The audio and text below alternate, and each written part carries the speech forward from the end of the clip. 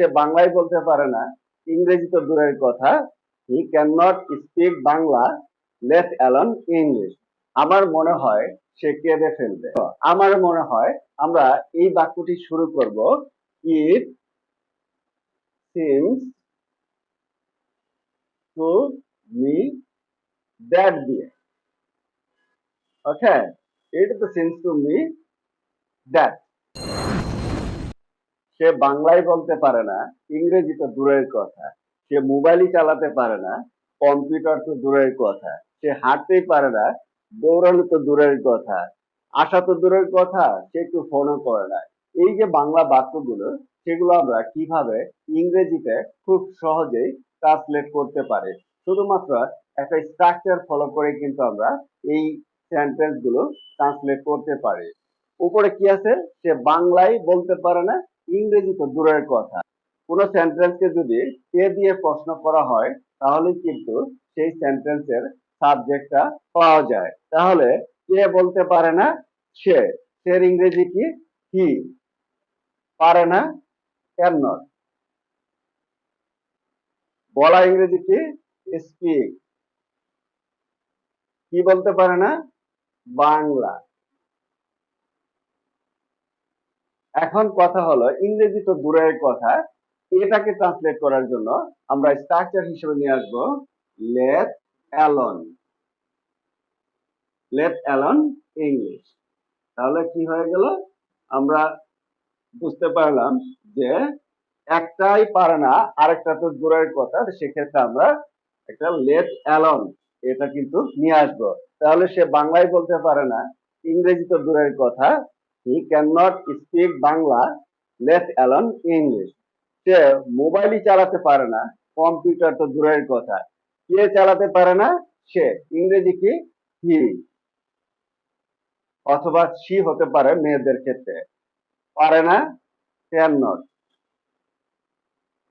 চালানো ইংরেজি কি? অপারেট। অপারেট। কি চালাতে পারে না? মোবাইল। মোবাইল। কি? কম্পিউটার তো দূরের কথা। তার জন্য কি নিয়ে আসবো? Late alone computer. কম্পিউটার। তাহলে সে মোবাইলই চালাতে পারে না, কম্পিউটার তো দূরের কথা। He can not operate mobile, let alone computer. সে হাঁটতেই পারে না, দৌড়ানো তো দূরের কথা। এখানে দেখো, কে দিয়ে প্রশ্ন করো। কে হাঁটতে পারে না? সে। কি পারে না? Can not. হাঁটা ইংরেজি কি? ওয়াক। এই যে দৌড়ানো তো দূরের কথা, এখানে আমরা কি নিয়ে আসবো?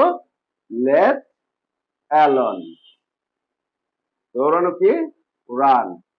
একটা জিনিস মনে রাখবে, লেট অ্যালোনের আগে ভার্বের ফর্মটা যেমন থাকবে, লেট অ্যালোনের পরে কিন্তু পরবর্তী ভার্বটার ফর্মটাও সেম থাকবে।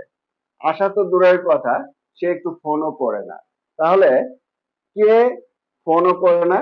সে।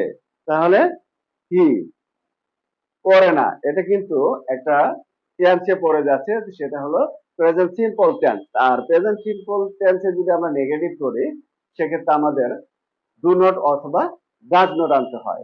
এর সাথে কি বসে? Does not. Does not. ফোনও করে না, ইভেন কল।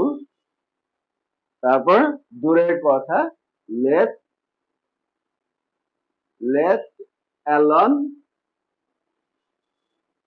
কে আশা। তাহলে কাম। তাহলে আশা তো দূরের কথা, সে একটু ফোনও করে না। He does not even call, let alone come. আমরা যদি এই ফর্মুলাটা ইউজ করি, তাহলে কিন্তু এই ধরনের বাংলা কথাবার্তাগুলো ইংরেজিতে খুব সহজেই বলতে পারি। চলো তাহলে এখন আরেকটি টেকনিক দেখার চেষ্টা করে, উদাহরণ সহ। আমার মনে হয় সে কেঁদে ফেলবে। আমার মনে হয় সে রাগে ফেটে পড়বে। আমার মনে হয় সে আর আসবে না। আমার মনে হয় বাড়িতে কেউ নেই। আমার মনে হয় সে আজ বাইরে যাবে না। এই বাক্যগুলো কিন্তু আমরা স্ট্রাকচারের মাধ্যমে খুব সহজেই লিখতে পারি এবং বলতে পারি। দেখো, আমার মনে হয় আমরা এই বাক্যটি শুরু করব ইট seems to me that দিয়ে ওকে, it seems to me that। তারপর সে কেঁদে ফেলবে, কে কাঁদবে, সে, কি। বাংলা বাক্যের যে ক্রিয়ার শেষে যদি ব, বে, ব্যান থাকে তাহলে আমরা ধরেই নিতে পারি এই বাক্যটি ফিউচার সিম্পলে রয়েছে। তাহলে ফিউচার সিম্পলের স্ট্রাকচার কি? সাবজেক্ট প্লাস শ্যাল অথবা উইল প্লাস ভার্বের বেস ফর্ম। তাহলে কেঁদে ফেলা ইংরেজি কি? আগে উইল, তারপর কেঁদে ফেলা ক্রাই আউট। তাহলে আমার মনে হয় সে কেঁদে ফেলবে, he seems to me that he will cry out। দেখো পরবর্তী, আমার মনে হয় সে রাগে ফেটে পড়বে। এই যে আমার মনে হয়, it seems to me that, ওকে। তারপর সে রাগে ফেটে পড়বে, এই যে কে ফেটে পড়বে রাগে? সে, কি। এখানেও কিন্তু বাংলা বাক্যের ক্রিয়ার শেষে ব আছে, তাহলে আমরা এটা ধরে নেব এটা ফিউচার সিম্পল। তাহলে উইল, রাগে ফেটে পড়া ইংরেজি হলো burst, burst theory, okay, theory. তাহলে আমার মনে হয় সে রাগে ফেটে পড়বে, he seems to me that he will burst into fury, into into fury. আমার মনে হয় সে আর আসবে না। তাহলে ওই যে স্ট্রাকচার, আমার মনে হয় কি, ইট সিমস টু মি দ্যাট, কি হলো, সে আর আসবে না। কে? সে, কি। বাংলা বাক্যের ক্রিয়ার শেষে কি আছে? ব আছে, তাহলে উইল, নেগেটিভ আছে উইল নট, আসা ইংরেজি কি? কাম, আর, অ্যানিমোর। তাহলে আমার মনে হয় সে আর আসবে না, it seems to me that he will not come anymore. আমার মনে হয় বাড়িতে কেউ নেই। তাহলে আমার মনে হয় ইট সিমস টু মি দ্যাট, বাড়িতে কেউ নেই কোন স্থানে, থাকা বা না থাকা, এক্ষেত্রে যদি সাবজেক্ট খুঁজে না পাওয়া যায় তাহলে আমরা কি দিয়ে শুরু করব? দেয়ার, দেয়ার ইজ, কেউ নেই, নোবডি, নোবডি।